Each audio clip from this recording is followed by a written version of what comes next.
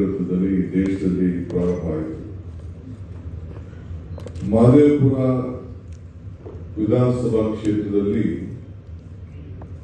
ಅನೇಕ ನ್ಯೂನತೆಯನ್ನ ಪಡ್ಕೊಂಡು ನಾವು ಅಧ್ಯಯನ ಮಾಡಿ ನಮ್ಮ ಕೆಪಿಸಿಸಿ ವತಿಯಿಂದ ಎಸಿಸಿ ವತಿಯಿಂದ ನಮ್ಮ ಕ್ಯಾಬಿನೆಟ್ 3 ಜನ ಸೇರಿ ಒಂದು ದೊಡ್ಡ ಸಂಶೋಧನೆಯನ್ನು ನಡೆಸಿ 1 ಲಕ್ಷಕ್ಕೂ ಹೆಚ್ಚು ಓಟು ಮಿಸ್ಯೂಸ್ ಆಗಿರೋದು, ಒಂದೇ ಮನೆಯಲ್ಲಿ 80 ಓಟ್ ಇರುವಂಥದ್ದು, ಒಂದೇ ಬೀರ್ ಶಾಪ್ ಅಲ್ಲಿ ಸುಮಾರು 70-80 ಓಟ್ ಇರುವಂಥದ್ದು, ಬಾಗ್ನಲ್ಲಿ ಹೀಗೆ ಅನೇಕ ಗುರುತುಗಳನ್ನ ಹಿಡಿದು ಈಗಾಗಲೇ ದೆಹಲಿಯಲ್ಲಿ ನಮ್ಮ ವಿರೋಧ ಪಕ್ಷದ ನಾಯಕರಾದಂತಹ ರಾಹುಲ್ ಗಾಂಧಿ ಅವರು ಮಾಧ್ಯಮ ಗೋಷ್ಠಿ ನಡೆಸಿ ಇಡೀ ದೇಶದ ಗಮನವನ್ನು ಸೆಳೆದಿದ್ದಾರೆ. ಈ ಮಧ್ಯದಲ್ಲಿ ಬೆಂಗಳೂರಿಗೆ ಬಂದು ಫ್ರೀಡಂ ಪಾರ್ಕ್ ಅಲ್ಲಿ ಎಐಸಿಸಿ ಅಧ್ಯಕ್ಷರಂತ ರಾಹುಲ್ ಗಾಂಧಿ ಅವರು, ಇದು ಮಲ್ಲಿಕಾರ್ಜುನ್ ಖರ್ಗೆ ಸಾಹೇಬರು, ವಿರೋಧ ಪಕ್ಷದ ನಾಯಕರಾದಂತಹ ರಾಹುಲ್ ಗಾಂಧಿ ಅವರು ಮತ್ತು ನಮ್ಮ ಮುಖ್ಯಮಂತ್ರಿಗಳು ಇಲ್ಲಿ ಬಂದು ಏನು ನಡೆದಿದೆ ಅನ್ನೋದನ್ನು ಕೂಡ ಬಿಚ್ಚಿ ಇಲ್ಲಿಂದ ಒಂದು ದೊಡ್ಡ ಆಂದೋಲನದ ರೀತಿ ಹೋರಾಟದ ಪ್ರಾರಂಭವನ್ನು ಕೂಡ ಇಲ್ಲೇ ನಡೆಸಿದ್ರು. ಯಾಕೆಂದ್ರೆ ಈ ಭೂಮಿಲೇ ಸೆಂಟ್ರಲ್ ಕ್ಷೇತ್ರದಲ್ಲೇ ಒಂದು ಕಂಡು ಹಿಡಿದು ಅಲ್ಲಿ ಪ್ರಾರಂಭ ಆಯಿತು. ಇದು ಒಂದು ಕ್ಷೇತ್ರ ಅಲ್ಲ, ಇದು ರಾಜ್ಯಕ್ಕೆ ಹರಡಿತು. ಇನ್ಕ್ಲೂಡಿಂಗ್ ನಮ್ಮ ಗಾಂಧಿನಗರ ವಿಧಾನಸಭಾ ಕ್ಷೇತ್ರದಲ್ಲೂ ಕೂಡ ನಡೆದಿದ್ದಂಥ ಮಾಹಿತಿ ನಮಗೆ ದೊರೆಯಿತು. ಬೇರೆ ಬೇರೆ ಅನೇಕ ಕ್ಷೇತ್ರಗಳಲ್ಲಿ ಓಟನ್ನ ಒಂದೇ ಕ್ಷೇತ್ರದಲ್ಲಿ ಉದಾಹರಣೆಗೆ 2,40,000 ಓಟ್ ಇದೆ ಅಂತಂದ್ರೆ ಒಂದೇ ಓಟ್ನಲ್ಲಿ 2,40,000 ಓಟ್ ಇರ್ತದೆ. ಆದ್ರೆ ಕೆಲವು ಓಟ್ ಪಕ್ಕದ ಬೂತು ಇನ್ನೊಂದು ಬೂತು ಎಲ್ಲ ಶಿಫ್ಟ್ ಮಾಡ್ಬಿಟ್ಟು ಮತದಾರರು ಯಾರು ಅಲ್ಪಸಂಖ್ಯಾತರು, ಪರಿಶಿಷ್ಟ ಪರಿಷ್ಕೃತರ, ಹಿಂದುಳಿದವರು ಯಾರು ಕಾಂಗ್ರೆಸ್ ಓಟ್ ಹಾಕ್ತಾರೆ ಅನ್ನೋದನ್ನ ನಾವು ಹೆಸರನ್ನ ಗುರುತು ಮಾಡಿ ಆ ಓಟನ್ನ ಶಿಫ್ಟ್ ಮಾಡಿ ಅದು ಕೂಡ ಒಂದು ದೊಡ್ಡ ಅನ್ಯಾಯವಾಗಿದ್ದನ್ನು ಕೂಡ ನಾವು ಗಮನವನ್ನ ಸೆಳೆದಿದ್ದೇವೆ. ಇದಾದ ಮೇಲೆ ತಾವೆಲ್ಲ ಮಹದೇವಪುರ ಆದ್ಮೇಲೆ ಆಳಂದ ತಾವೆಲ್ಲ ಗಮನಿಸಿರ್ಬೋದು. ಮುಂಚಿತವಾಗಿ ನಮ್ಮ ಪ್ರಿಯಾಂಕ್ ಖರ್ಗೆ ಅವರು ಮತ್ತು ನಮ್ಮ ಆಳಂದ ಶಾಸಕರು ಎಲೆಕ್ಷನ್ ಮುಂಚಿತವಾಗಿ ಒಬ್ಬ ರಿಟರ್ನಿಂಗ್ ಆಫೀಸರ್ ನಮ್ಮ PDO ಹೆಣ್ಮಗಳು, ಆ ಹೆಣ್ಮಗಳು ತಮ್ಮನ್ನ ವೋಟ್ ಲಿಸ್ಟ್ಗೆ ಹೆಣ್ಮಗಳಿಗೆ ಲಿಸ್ಟ್ ಹೋಗ್ತದೆ, ಅವರ ಬ್ರದರ್ ವೋಟ್ ಡಿಲೀಟ್ ಆಗೋದಕ್ಕೆ ಅರ್ಜಿ ಇರ್ತದೆ. ಹೋಗಿ ಕೇಳ್ತಾರೆ, ಏನ್ ನಿನ್ನ ವೋಟ್ ಯಾಕೆ ಡಿಲೀಟ್ ಆಗ್ತದೆ ಅಂತ ಅವ್ರ ಅಣ್ಣನಿಗೆ ಕೇಳ್ತಾರೆ. ಇಲ್ಲ ನಾನು ಕೊಟ್ಟಿಲ್ಲ ಅಂತ ಹೇಳ್ತಾರೆ. ಕೊನೆಗೆ ತನಿಖೆ ಕೂಡ ಪ್ರಾರಂಭ ಆಗ್ತದೆ. ನಮ್ಮ ಡೆಪ್ಟಿ ಕಮಿಷನರ್ ಅಲ್ಲಿದ್ದಂತ AC deputy commissioner complaint file ಮಾಡ್ತಾರೆ. ಅದಾದ್ಮೇಲೆ ಇನ್ವೆಸ್ಟಿಗೇಷನ್ ಕೂಡ ಪ್ರಾರಂಭ ಆಗ್ತದೆ. ಎಲೆಕ್ಷನ್ ಕಮಿಷನರ್ ಕೂಡ ಅನೇಕ KR-ಪುರಂ ಇರ್ಬೋದು, ಅಲ್ಲಿರ್ಬೋದು, ಎಲ್ಲ ಕೂಡ ಅವರು ಅಫಿಷಿಯಲ್ ಆಗಿ ಕಂಪ್ಲೇಂಟ್ ಫೈಲ್ ಮಾಡ್ತಾರೆ. ಸರ್ಕಾರದ ಅಧಿಕಾರಿಗಳಿದ್ರೂ ಕೂಡ ಯಾವುದೇ ಎಲೆಕ್ಷನ್ ನ ಸಂಪೂರ್ಣ ಹಕ್ಕು ಜವಾಬ್ದಾರಿ ಎಲೆಕ್ಷನ್ ಕಮಿಷನ್ ಅವ್ರ ಕಂಟ್ರೋಲ್ಗೆ ನಮ್ಮ ಅಧಿಕಾರಿಗಳು ಹೋಗಿ ಕೆಲಸ ಮಾಡಬೇಕಾಗ್ತದೆ. ಚಿಲುಮೆನ ಗಮನದಲ್ಲಿಟ್ಕೊಂಡು ಚಿಲುಮೆ ರದ್ದಲ್ಲಿ ಯಾವ ರೀತಿ ಉಪಯೋಗಿಸಿದ್ರು ಅನ್ನೋದು ಕೂಡ ನಾವು ಬೇಕಾದಷ್ಟು ಬೆಳಕಿಗೆ ತಂದು ಕೆಲವು ಆಫೀಸರ್ಸ್ ಎಲ್ಲ ಸಸ್ಪೆಂಡ್ ಆಗಿ ಅದ್ರ ಬಗ್ಗೆ ಹೋಗಿ ದೆಹಲಿಲೆಲ್ಲ ಹೋಗಿ ಕಂಪ್ಲೇಂಟ್ ಫೈಲ್ ಮಾಡಿ ಕೆಲವೊಂದು ರೆಸ್ಟೋರ್ ಮಾಡುವಂಥದ್ದು, ತನಿಖೆ ಮಾಡಿಸಿದ್ದು ಕೂಡ ಮಾಡಿದ್ದು ತಾವೆಲ್ಲ ಇಲ್ಲಿ ಗಮನಿಸಿದ್ದೀವಿ. ಇದಾದ್ಮೇಲೆ ಆಳಂದು ನಮ್ಮ ಕ್ಷೇತ್ರದ ನಮ್ಮ ರಾಜ್ಯದೇ ನಾನು ತೆಗೆದುಕೊಳ್ತಾ ಇದ್ದೇನೆ. ಅಲ್ಲಿ ಆಳಂದಲ್ಲಿ ಡಿವಿಷನ್ ಆಫ್ ವೋಟ್ಸ್ ಸುಮಾರು ಬೆಳಗಿನ ಜಾವ 4 ಗಂಟೆಗೆ ಅಲ್ಲಿ ವೋಟರ್ ಲಿಸ್ಟಲ್ಲಿ ಓಟು ತೆಗೆದುಬಿಡ್ತಾರೆ. ಸುಮಾರು 17 ನಿಮಿಷದಲ್ಲಿ 14 ಓಟು ಕೆಲವು ಕಡೆ ಡಿಲೀಟ್ ಆಗ್ತದೆ. ಹಿಂಗೆ ಸುಮಾರು 6,000 ಅಷ್ಟು ಓಟ್ನ ಅಲ್ಲಿಂದ ತೆಗಿಲಿಕ್ಕೆ ಪ್ರಯತ್ನವನ್ನ ಮಾಡ್ತಾರೆ. ಈಗ SIT ಕೂಡ ನಡೀತಾ ಇದೆ. SIT ಕೂಡ ನಡೆದದ್ದು ತಾವೆಲ್ಲ ಗಮನಿಸ್ತಾ ಇದ್ದೀರಿ. ಅವರು ವ್ಯಾಪಕವಾಗಿ ತನಿಖೆಯನ್ನ ಕೂಡ ಅವರು ನಡೆಸಿದ್ದಾರೆ. ಸೊ ಕೊನೆಗೆ ಎಲ್ಲಿಗೆ ಹೋಗಿ ತಲುಪಿದೆ ಅಂತಂದ್ರೆ ಹೊರಗಡೆ ರಾಜ್ಯದ ಅನೇಕ ಇವರ ಹತ್ರ ಹೈರ್ ಮಾಡಿ ಅವ್ರ ಫೋನ್ ನಂಬರ್ಸ್ ಇಟ್ಕೊಂಡು ಆ ವೋಟರ್ನ ಡಿಲೀಟ್ ಮಾಡಲಿಕ್ಕೆ ಒಂದು ದೊಡ್ಡ ಪ್ರಯತ್ನವನ್ನ ನಡೆದಿದೆ. ಈಗಾಗಲೇ ನಾವು ಆಗಸ್ಟ್ 7ನೇ ತಾರೀಕು ರಾಹುಲ್ ಗಾಂಧಿ ಅವರು ಪ್ರೆಸ್ ಕಾನ್ಫರೆನ್ಸ್ ಮಾಡಿ ನ್ಯೂ ಡೆಲ್ಲಿಲಿ ತೋರಿಸಿದ್ರು. ಒಟ್ಟು 1,03,000 ಮಹದೇವಪುರದಲ್ಲಿ ತೋರಿಸಿದ್ರೆ ಮಲ್ಟಿಪಲ್ ವೋಟ್ಸ್ ಕೂಡ ಲಿಸ್ಟ್ ಮಾಡಿದ್ರು.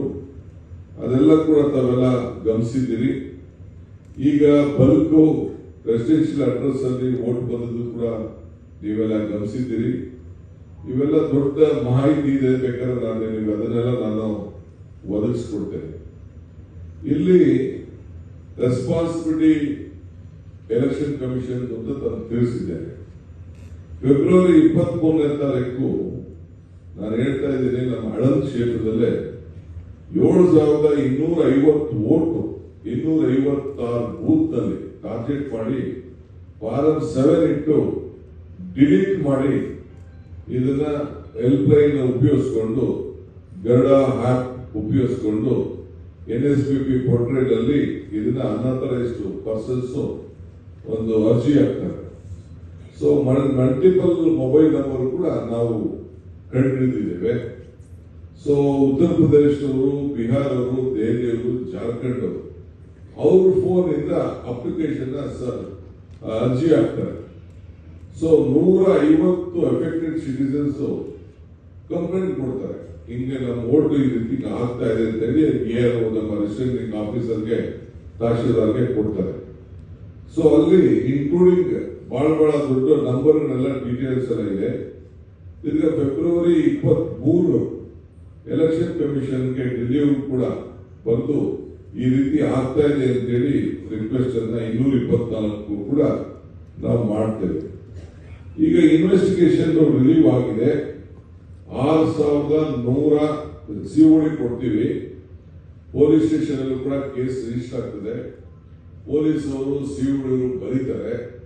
ಬರೆದ್ರೆ ಯಾವ ತರದ ಮಾಹಿತಿಯನ್ನು ಕೂಡ ಎಲೆಕ್ಷನ್ ಕಮಿಷನ್ ಅವರಿಗೆ IT ಇನ್ಫಾರ್ಮೇಶನ್ ಕೊಡಕ್ಕೆ ಹೋಗುದಿಲ್ಲ.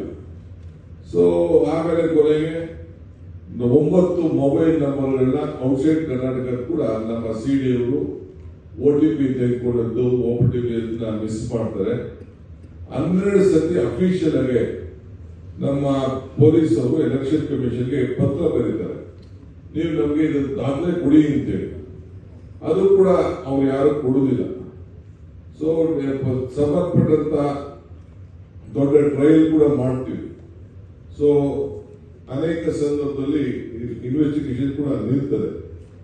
ಇದಾದ ಮೇಲೆ ಲೆಕ್ಕ ಹಾಕೊಂಡ್ರೆ ನಮ್ಮ ಕಾಂಗ್ರೆಸ್ ಕ್ಯಾಂಡಿಡೇಟ್ BR ಪಾಟೀಲ್ ಅವರು ಮಾರ್ಜಿನ್ 10,000 ಗೆಲ್ತಾರೆ, 89,000 ವೋಟ್ ತೆಗೆದುಕೊಂಡು. BJP 70,000. ಸೊ ಸುಭಾಷ್ ಗುಸ್ಸೇದಾರು ಅವರು ಕೂಡ ಒಂದು 697ರಲ್ಲಿ ಮಾರ್ಜಿನ್ ಅಲ್ಲಿ 2018ರಲ್ಲಿ ಗೆದ್ದಿರ್ತಾರೆ. ಇದನ್ನೆಲ್ಲ ಲೆಕ್ಕ ಹಾಕೊಂಡು ಆಗ್ತಾ ಇರ್ತದೆ. ಈಗ ಸೆಪ್ಟೆಂಬರ್ 25ರಲ್ಲಿ ಮುಖ್ಯಮಂತ್ರಿಗಳು ಸಿದ್ದರಾಮಯ್ಯ ಸಾಹೇಬರು ಒಂದು SIT ಸೈಬರ್ ಕ್ರೈಮ್ ನಲ್ಲಿ ಫಾರ್ಮೇಶನ್ ಮಾಡ್ತಾರೆ. ಇದು ಕೂಡ ನಾವೆಲ್ಲ ಹುಡುಕ್ತೇವೆ. ಕೊನೆಗೆ ಎಲ್ಲಿಗೆ ಹೋಗಿದೆ ಅಂತಂದ್ರೆ, ಸೊ ನಮ್ಮ XMLA BJP MLA ಸುಭಾಷ್ ಗುತ್ತೇದಾರರು ಅವರು ಕೆಲವು ದಾಖಲೆಗಳನ್ನ ಸುಟ್ಟಾಕಿದ್ದನ್ನೆಲ್ಲ ತಾವೆಲ್ಲ ಮಾಧ್ಯಮದಲ್ಲಿ ಅದನ್ನೆಲ್ಲ ನೀವೆಲ್ಲ ನೋಡಿದ್ದೀರಿ. ಒಂದು ರಿಪೋರ್ಟ್ ಎಲ್ಲ ಕೂಡ ಇದೆ. ರೈಡ್ ಕೂಡ ಕಂಡಕ್ಟ್ ಮಾಡಿದ್ದಾರೆ ಗುತ್ತೇದಾರ್ ಅವರ ಮನೆಗೆ. ಸೊ ಆಗ ಬಹಳ ಜನ ಚಾರ್ಟೆಡ್ ಅಕೌಂಟೆಂಟ್ ಯಾರೆಲ್ಲ ಅದನ್ನೆಲ್ಲ ಇನ್ವಾಲ್ವ್ಮೆಂಟ್ ಆಗಿರ್ತದೆ.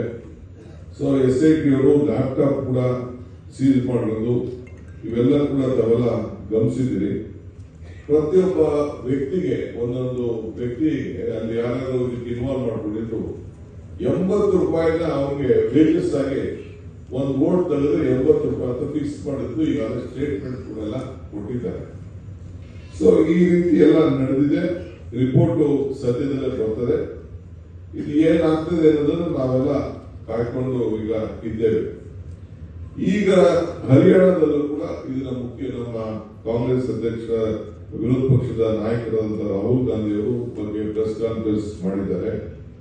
ಸೊ 25 ಲಕ್ಷ ವೋಟ್ ಅಷ್ಟು ಬ್ಯಾನರ್ ಪ್ಲೇಟ್ ಮನೆಯಲ್ಲಿ ನಮ್ದು ಏನಂತ ಅಂತಂದ್ರೆ ರಾಹುಲ್ ಗಾಂಧಿ ಅವರ ಚಿಂತನೆ fight to protect the Indian constitution and democracy. ಈಗ ನಮಗೆ ಸಾರ್ವಜನಿಕರಿಗೆ public accountability, transparency, restoration of democracy, ಪ್ರಜಾಪ್ರಭುತ್ವವನ್ನು ಉಳಿಸಬೇಕು ಅನ್ನೋ ದೃಷ್ಟಿಯಿಂದ ಈ ಒಂದು ದೊಡ್ಡ ಹೋರಾಟವನ್ನ ಮಾಡಿಕೊಂಡು ನಮಗೆ ಕರ್ನಾಟಕ ರಾಜ್ಯದಿಂದನೇ ಈ ಒಂದು ದೊಡ್ಡ ಹೋರಾಟ ಪ್ರಾರಂಭ ಮಾಡೋದ್ರಿಂದ ಎಐಸಿಸಿ ಅವರು ಇಡೀ ದೇಶದಲ್ಲಿ ಎಲ್ಲ ಕಾರ್ಯಕರ್ತರಿಗೆ, ಮುಖಂಡರಿಗೆ, ಪಿಸಿಸಿಗೆ, ನಾವು ರಾಷ್ಟ್ರಪತಿಗಳಿಗೆ ಮತ್ತು ಎಲೆಕ್ಷನ್ ಕಮಿಷನ್ ಅವರಿಗೆ ನೇರವಾಗಿ ಜನರ ಅಭಿಪ್ರಾಯವನ್ನು ತಿಳಿಸಬೇಕು. ಇದು ಬರೀ ಕಾಂಗ್ರೆಸ್ ಪಕ್ಷದ ಹೋರಾಟ ಅಲ್ಲ, ಇದು ಇಡೀ ಪ್ರಜಾಪ್ರಭುತ್ವದ ಒಂದು ಜನ ತಮ್ಮ ಮತದ ಹಕ್ಕನ್ನು ಉಳಿಸಲಿಕ್ಕೋಸ್ಕರ, ಸಂವಿಧಾನವನ್ನು ರಕ್ಷಣೆ ಮಾಡಲಿಕ್ಕೋಸ್ಕರ, ಪ್ರಜಾಪ್ರಭುತ್ವದ ಪರವಾಗಿ ನಿಂತಹ ಒಂದು ಹೋರಾಟ. ಎಲ್ಲ ಸಾರ್ವಜನಿಕರು ಕೂಡ ಪಕ್ಷ ಭೇದವನ್ನು ಮರೆತು ಧ್ವನಿಯಾಗಿ ಕಾಂಗ್ರೆಸ್ ಪಕ್ಷ ಯಾವಾಗಲೂ ಕೂಡ ನಿಂತ್ಕೊಂಡಿದೆ. ಇದನ್ನ ಮಾಡಬೇಕು ಅಂತ ಹೇಳಿ ನಾವು ಪ್ರಾರಂಭವನ್ನು ನಾವು ಮಾಡಿದ್ದೇವೆ. ಸೊ ಅದಕ್ಕೆ ನಮ್ಮ ಕಾರ್ಯಕರ್ತರಿಗೆ ಇಡೀ ದೇಶದ ಉದ್ದಲ್ಲೂ ಕೂಡ ನಾವು ಈ ಎಲೆಕ್ಷನ್ ಕಮಿಷನ್ಗೆ ಮತ್ತು ದೆಹಲಿಗೆ ತಿಳಿಸಲಿಕ್ಕೆ ಸಿಗ್ನೇಚರ್ ಕ್ಯಾಂಪೇನಿಂಗ್ ಆಂದೋಲನವನ್ನು ನಾವು ಪ್ರಾರಂಭ ಮಾಡಿದ್ದೇವೆ. ಮುಖ್ಯಮಂತ್ರಿಗಳು ಕೂಡ ಕೆಲವು ಕಡೆ ಹೋಗಿ ಸಿಗ್ನೇಚರ್ ಮಾಡಿದ್ದಾರೆ. ನಾನು ಇಲ್ಲೂ ಮಾಡಿದ್ದೇನೆ, ರಾಯಚೂರು ಜಿಲ್ಲೆಯಲ್ಲಿ ಹೋಗಿ ಮಾಡಿದ್ದೇನೆ, ಬೇರೆ ಬೇರೆ ಕಡೆ ಎಲ್ಲ ಹೋಗಿ ಮಾಡಿ. ಸೊ ಎಲ್ಲ ಕಡೆ ನಮ್ಮ ಕಾರ್ಯಕರ್ತರಿಗೆ ಹುಡುಕು ಮಾಡಿದ್ದೇವೆ. BLA ಕೂಡ ಬೇರೆ ವಿಚಾರ ಇದೆ, ಅದು ಬೇರೆ ನಾನು ಮಾತಾಡ್ತೇನೆ. ಇಲ್ಲಿ ನಮ್ಮ ರಾಜ್ಯದಲ್ಲಿ ಒಟ್ಟು ಈಗಾಗಲೇ 1,12,41,000 ಸಿಗ್ನೇಚರ್ ಮಾಡಿದ್ದೇವೆ. ಇದು ನಮ್ಮ ಸರ್ವಜ್ಞ ನಗರದಂತ ಬಾಯಿ. ಇದರಲ್ಲಿ 50,000 ಸಿಗ್ನೇಚರ್ಸ್ ಇದೆ. ಇದೆಲ್ಲ ಪ್ರತಿ ಕ್ಷೇತ್ರದಿಂದ ಬಂದಿರೋದು. ಬಳ್ಳಾರಿಯಿಂದ ಬಂದಿದೆ, ಈಸ್ಟು, ಗದಗ, ರಾಯಚೂರು, ಕೊಪ್ಪಳ, ಧಾರವಾಡ, ಯಾದಗಿರಿ ಈ ರೀತಿ ಬಂದಿದೆ. ಇಲ್ಲೂ ಕೂಡ ಉಡುಪಿ, ಸೌತ್ ಎಲ್ಲ ಬಂದಿರೋದೆಲ್ಲ ದಾಖಲೆ ಇದೆ. 40 ಡಿಸ್ಟಿಕ್ ಅಲ್ಲೂ ಕೂಡ ನಮ್ಮ ಪೊಲಿಟಿಕಲ್ ಡಿಸ್ಟ್ರಿಕ್ಟ್ 40 ಡಿಸ್ಟಿಕ್ ಇದೆ. ಆ ಡಿಸ್ಟಿಕ್ ಎಲ್ಲ ಕೂಡ ನಾವು ಸಿಗ್ನೇಚರ್ ಕ್ಯಾಂಪೇನ್ ಮಾಡಿದ್ದೇವೆ. ಅದನ್ನ ನಮಗೆ 9ನೇ ತಾರೀಕು 10ನೇ ತಾರೀಕು ತೆಗೆದುಕೊಂಡು ಹೋಗೋದು ಒಂದು ಮಾಹಿತಿಯನ್ನು ನಮಗೆ ಕೊಟ್ಟಿದ್ದಾರೆ. ಆದ್ರೆ ಅಷ್ಟರೊಳಗಡೆ ತಲುಪಿಸಬೇಕು ಅಂತ ನಮಗೆ ಎಷ್ಟಾಗಿದೆ ಅಷ್ಟು ತಲುಪಿಸಿ ಅಂತ ಹೇಳಿದ್ದಾರೆ. ಇದು ರಾಮಲೀಲಾ ಮೈದಾನದಲ್ಲಿ 3ನೇ ವಾರದಲ್ಲಿ ಒಂದು ದೊಡ್ಡ ಬೃಹತ್ ಸಭೆಯನ್ನು ಕೂಡ ಇಡಬೇಕು ಅನ್ನೋ ಒಂದು ತೀರ್ಮಾನ ಇದೆ. ಸೊ ನಮಗೆ ತಲುಪಿಸಬೇಕು ಅಂತ ಹೇಳಿ ನಾನು ಝೂಮ್ ಮೀಟಿಂಗ್ ಗಳನ್ನ ಕಂಡಕ್ಟ್ ಮಾಡಿದ್ದೇನೆ. ACC ಜನರಲ್ ಸೆಕ್ರೆಟರಿ ಮಾಡಿದ್ದಾರೆ, ಜನರಲ್ ಸೆಕ್ರೆಟರಿ ಆರ್ಗನೈಸೇಷನ್ ಮಾಡಿದ್ದಾರೆ, ನಮ್ಮ ಬ್ಲಾಕ್ ಅಧ್ಯಕ್ಷರು ಮಾಡಿದ್ದಾರೆ. ಎಲ್ಲ ಬಹಳ ಪ್ರಾಮಾಣಿಕವಾಗಿ ಒಂದು 8 ಕಡೆ ಬಿಟ್ರೆ ಬೇರೆ ಕಡೆ ಎಲ್ಲ ಚೆನ್ನಾಗಿ ನಡೆದಿದೆ.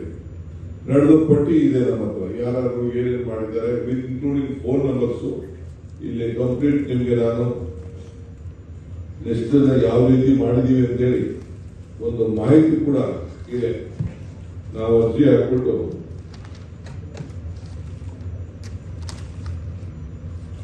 ವಿತ್ ಸಿಗ್ನೇಚರ್ಸ್, ಅವ್ರ ಅಡ್ರೆಸ್, ಅವ್ರ ಫೋನ್ ನಂಬರ್ಸ್ ಎಲ್ಲ ಮಾಹಿತಿಯನ್ನು ಒಂದೊಂದು ಪುಸ್ತಕದಲ್ಲಿ ಕೂಡ ರೆಡಿ ಮಾಡಿ ನಾವೆಲ್ಲ ಬೂತ್ ವೈಸ್ ಕೊಟ್ಟಿದ್ದೇವೆ. ಅಂದ್ರೆ ಜನರಿಗೆ ಜಾಗೃತಿ ಮೂಡಿಸುವಂತ ಕೆಲಸವನ್ನ ಇವತ್ತು ನಾವು ಮಾಡ್ತಾ ಇದ್ದೇವೆ. ಸೊ ನಾವೇ ನಾಳೆ ಬೆಳಿಗ್ಗೆ ಕೆಲವು ತಮಿಳುನಾಡವರು ಟ್ರಕ್ ಕಳಿಸ್ತಾ ಇದ್ದಾರೆ. ನಾನು ಒಂದು 12 ದಿನ ಡಿಸ್ಟ್ರಿಕ್ಟ್ ಪ್ರೆಸಿಡೆಂಟ್ಗಳು ಯಾರೋ ಹೆಚ್ಚಿಗೆ ಜವಾಬ್ದಾರಿ ತೆಗೆದುಕೊಂಡು ಅವ್ರ ಕೈಲಿ ಒಂದೊಂದು ಫ್ಲೈಟ್ ಅಲ್ಲಿ ಒಂದು 20 kg 30 kg ಹಾಕ್ಲಿಕ್ಕೆ ಅವಕಾಶ ಇದೆ. ಇನ್ನು ಹೋದ್ರೆ ಲಾರಿ ಕಳಿಸಿದ್ರೆ ಲೇಟ್ ಆಗ್ತದೆ ಅಂತೇಳಿ ಮುಂಚಿತವಾಗಿ ಒಂದು 10 ಜನ ಕಳಿಸಿಸ್ಬಿಟ್ಟು ಅದೇ ಚಾರ್ಜ್ಗೆ, ಲಾರಿ ಚಾರ್ಜ್ಗೆ 10 ಜನ ಹೋಗಿ ಬಂದ್ಬಿಡ್ಬೋದು. ಹೋಗಿ ಹಾಕಿ ಕಳಿಸಿ ಅಲ್ಲಿ ಡೆಲಿವರಿ ಮಾಡ್ಬಿಟ್ಟು ಬರೋಣ ಅಂತೇಳಿ ಈಗ ಅಲ್ಲೇ ತೀರ್ಮಾನ ಮಾಡಿದ್ದೇವೆ. ಸೊ ಅದಕ್ಕೆ ನಾನು, ಮುಖ್ಯಮಂತ್ರಿಗಳು, ನಮ್ಮ ಯಾರ್ಯಾರು ಕಾರ್ಯಕರ್ತರು, ಅಧ್ಯಕ್ಷರು, ಶಾಸಕರು ಪ್ರಾಮಾಣಿಕತೆ ದುಡಿದ್ದಾರೆ ಅವ್ರಿಗೆ ಕೆಲಸ ಮಾಡಬೇಕು.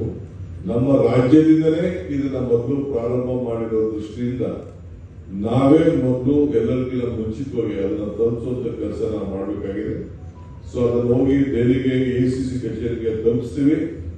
ತಲುಪಿಸಾದ್ಮೇಲೆ ಅವರು ಎಲ್ಲಿಗೆ ಆಕ್ಚುಲಿ 10ನೇ ತಾರೀಕು ಇದನ್ನ ಸಬ್ಮಿಟ್ ಮಾಡಬೇಕು ಅಂತ ನಮಗೆ ನಿರ್ದೇಶವಾಗಿ ಮಾರ್ಗದರ್ಶನ ಇತ್ತು. ಬಟ್ ಅದು 10ನೇ ತಾರೀಕು ಮಾಡ್ತಾರೋ ಇಲ್ಲ ACC ಬಿಟ್ಟಂತ ವಿಚಾರ. ಬಟ್ ನಮ್ಗೆ 25ನೇ ತಾರೀಕು ರಾಮಲೀಲಾ ಮೈದಾನದಲ್ಲಿ ಒಂದು ದೊಡ್ಡ ಕಾರ್ಯಕ್ರಮ ಮಾಡಬೇಕು ಕೂಡ ಈಗಾಗಲೇ ಚರ್ಚೆ ಆಲೋಚನೆ ಕೂಡ ಈಗಾಗಲೇ ನಡೀತಾ ಇದೆ. ನಾವು 10ನೇ ತಾರೀಕು ಅದನ್ನ ಕಲಿಸೋಂತ ಕೆಲಸ ನಾವು ಮಾಡ್ತಾ ಇದ್ದೇವೆ. ಸೊ ಇವತ್ತೆಲ್ಲ ಕರೆಕ್ಟ್ ಮಾಡಿ ನಾಳೆ ಎತ್ಕೊಂಡು ಹೋಗಿ ನಾಳೆ 10ನೇ ತಾರೀಕು ಅವರ ಗಮನಕ್ಕೆ ನಾವು ಇದನ್ನ ಅವ್ರ ವಶಕ್ಕೆ ಕೊಡ್ತಾ ಇದ್ದೇವೆ. ಸೊ ಅದಕ್ಕೆ ಈ ಒಂದು ವಿಚಾರ ಇನ್ನ ಇದು ಇಲ್ಲಿಗೆ ಮುಂದುವರಿಸ್ತೀವಿ ನಾವು. ಎಲ್ಲೆಲ್ಲಿ ಇನ್ನೇನು ಆಗಿಲ್ಲ ಅವರೆಲ್ಲ ಕೂಡ ಹೆಚ್ಚಿಗೆ ಜವಾಬ್ದಾರಿ ತೆಗೆದುಕೊಂಡು ಇನ್ನ 3-4 ದಿನದಲ್ಲಿ ಮಾಡಲಿಕ್ಕೆ ಒಂದು ಅವಕಾಶ ಇದೆ. ನಂಬರ್ ಅನ್ನು ಜಾಸ್ತಿ ಮಾಡಲಿಕ್ಕೆ ಒಂದು ಅವಕಾಶ ಇದೆ. ಆ ಕೆಲಸವನ್ನ ಈ ಸಂದರ್ಭದಲ್ಲಿ ಮಾಡಬೇಕಾಗ್ತದೆ. ಈ ಒಂದು ದೊಡ್ಡ ಆಂದೋಲನ ಇದು ಎಲೆಕ್ಷನ್ ಕಮಿಷನ್ ಅವರು ನಮಗೂ ಮಾಹಿತಿ ಕೇಳ್ತಾರೆ, ನಾವು ಅವ್ರು ಕೇಳಿದ್ರೆ ಕೆಲವು ಇನ್ಫಾರ್ಮೇಶನ್ ಕೊಡಲಿಕ್ಕೆ ಹೇಳ್ತಾರೆ. ಸೊ ಅದಕ್ಕೆ ನಮಗೆ ಕಾರ್ಪೊರೇಷನ್ ಎಲೆಕ್ಷನ್ಗೆ ನಾವು ಬ್ಯಾಲೆಟ್ ಅಲ್ಲೇ ಮಾಡಬೇಕು ಅನ್ನೋದು ನಾವು ತೀರ್ಮಾನವನ್ನ ಮಾಡಿದ್ದೇವೆ. ನಮ್ಮ ಸರ್ಕಾರದ ಚಿಂತನೆ ಬ್ಯಾಲೆಟ್ ಅಲ್ಲೇ ಮಾಡಬೇಕು ಅನ್ನೋದು ನಮ್ಮ ಚಿಂತನೆ. ಏಕೆಂದ್ರೆ ಜನರಿಗೆ ನಂಬಿಕೆ ಹೊರಟೋಗಿದೆ. ನಮ್ಮ ಈ ಸೆಂಟ್ರಲ್ ಗವರ್ಮೆಂಟೇ ಹಿಂದೆ ನಾವು ಇದನ್ನ ತಂದು ವೋಟಿಂಗ್ ಮಿಷಿನ್ ತಂದು ಇರಲಿ ಅದ್ರ ಬಗ್ಗೆ ದೊಡ್ಡ ವ್ಯಾಪಕವಾದ ಚರ್ಚೆ ನಡೀತಾ ಇದೆ. ಆದರೆ ಜನರಿಗೆ ಜಾಗೃತಿ ಮೂಡಿಸುವಂತ ಕೆಲಸ ಈ ಸಂದರ್ಭದಲ್ಲಿ ನಾವು ಮಾಡಬೇಕಾಗಿದೆ. ಆ ದೃಷ್ಟಿಯಲ್ಲಿ ಇವತ್ತು ನಮ್ಮ ರಾಜ್ಯ ಇಡೀ ದೇಶಕ್ಕೆ ಕರ್ನಾಟಕ ರಾಜ್ಯ ನಂಬರ್ 1 ಅಂತ ಹೇಳಿ ಈಗಾಗಲೇ ACC ಅವರು ನಮಗೆ ಮಾರ್ಗದರ್ಶನ ಮಾಡಿದ್ದಾರೆ. ಇದು ನಂದಲ್ಲ, ನಮ್ಮ BLAಗಳದು, ನಮ್ಮ ಬ್ಲಾಕ್ ಅಧ್ಯಕ್ಷರು, ನಮ್ಮ ಜಿಲ್ಲಾ ಅಧ್ಯಕ್ಷರು, ನಮ್ಮ ಶಾಸಕರು ಮಾಡಿದಂತ ಡಿಫೀಲ್ಡ್ ಕೇಡರ್ಸ್ ಮಾಡಿದಂತ ಕೆಲಸ. ಸೊ ಪಕ್ಷದ ಪರವಾಗಿ ನಾನು ಅವರೆಲ್ಲರೂ ಕೂಡ ನಾನು ಅಭಿನಂದಿಸ್ತೇನೆ. ಇದನ್ನ ಮುಖ್ಯಮಂತ್ರಿಗಳು ಇವತ್ತು ಅವರಿಗೆಲ್ಲ ಕೂಡ ಅಭಿನಂದಿಸೋ ಜೊತೆಗೆ ನಾನು ಎತ್ಕೊಂಡೋಗಿ ಇದನ್ನೆಲ್ಲ ಕೂಡ ಅಲ್ಲಿ ಡೆಲಿವರಿ ಮಾಡಿಸುವಂತ ಕೆಲಸ ನಾವು ಮಾಡ್ತೇವೆ. ಈ ವಿಚಾರವನ್ನ ರಾಜ್ಯದ ಎಲ್ಲ ನಾಗರಿಕರಿಗೆ ತಿಳಿಸಬೇಕಾದ್ದು. ಇದು ಒಂದು ಪಬ್ಲಿಕ್ ಮೂವ್ಮೆಂಟ್. ಇದು ನಮ್ದು ಕೆಲಸ. ಮುಂದಕ್ಕೆ ಬೇರೆ ಪ್ಲಾನ್ ಆಫ್ ಆಕ್ಷನ್ಸ್, ಬೇರೆ ಪ್ರೋಗ್ರಾಮ್ಸ್ ಎಲ್ಲ. ಹೆಚ್ಚಿನ ವಿಡಿಯೋಗಳಿಗೆ ಪ್ರತಿಧ್ವನಿ ಯೂಟ್ಯೂಬ್ ಚಾನೆಲ್ ಸಬ್ಸ್ಕ್ರೈಬ್ ಮಾಡಿ, ಬೆಲ್ ಐಕಾನ್ ಕ್ಲಿಕ್ ಮಾಡಿ.